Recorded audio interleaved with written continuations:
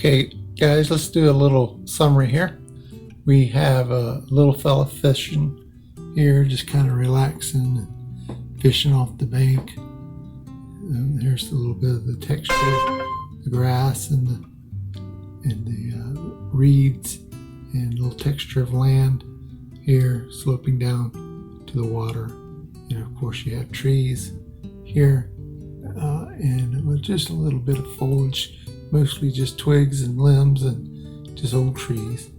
In the background you see more water, and then across the way some more vegetation in land and embankment, and then even further back you have the distant trees showing, and the gray, light gray areas. We come back to the foreground and we come on over and we're looking at some reflections of grass and trees and embankment, texture of the earth, and then there's the trees casting those reflections. And you see those are all back up in the underbrush and more background.